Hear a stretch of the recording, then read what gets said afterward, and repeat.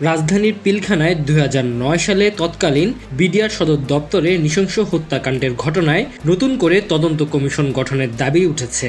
তৎকালীন বিডিআরের মহাপরিচালক মেজর জেনারেল শাকিল আহমেদের ছেলে রাকিন আহমেদ ভূঁইয়া শনিবার এক সংবাদ সম্মেলনে এ দাবি জানান।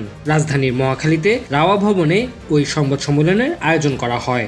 আমরা একটা দাবি করেছি যে একটা ইন্ডিপেন্ডেন্ট কমিশন যদি থাকে, যত দেশপ্রেমিক ন্যাশনালিস্টিক জাতীয়বাদী অফিসার ছিলেন, যারা আমাদের বিচারের জন্য যুদ্ধ করেছে, তাদেরকে আমরা বলবো তাদের অবদান আমরা কখনো ভুলব না। রাকিন আহমেদ ভূঁইয়া বলেন, আপনারা জানেন পিলখানা হত্যাকাণ্ডের পরপর আমাদের অনেক পেট্রিয়টিক জাতীয়বাদী সাহসী সেনাবাহিনীর কর্মকর্তা কিন্তু বিচার চেতে গিয়ে তাদের চাকরিচ্যুত হয়ে গেছে। অনেক অফিসারদের কিন্তু জেলও হয়ে গেছে।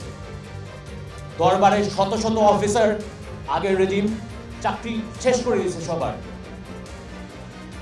অফিসারদের জীবন ধ্বংস করে দিয়েছে। ওই ঘটনায় অন্যতম আলোচিত ছিল বিডিআর মহাপরিচালক মেজর জেনারেল শাকিলের হত্যাকাণ্ড। তার ছেলের দাবি, ঘটনার মূলে ছিলেন শেখ হাসিনা।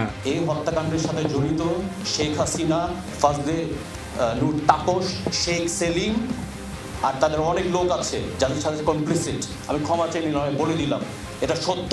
ঘটনার প্রকৃত কারণ জানতে তদন্ত কমিশন গঠন, ২৫ ফেব্রুয়ারিকে শহীদ সেনা দিবস ঘোষণা, ৭ দফা দাবি জানিয়েছেন নিহতদের স্বজনরা। Tanzil Hasnat, MCTV, USA।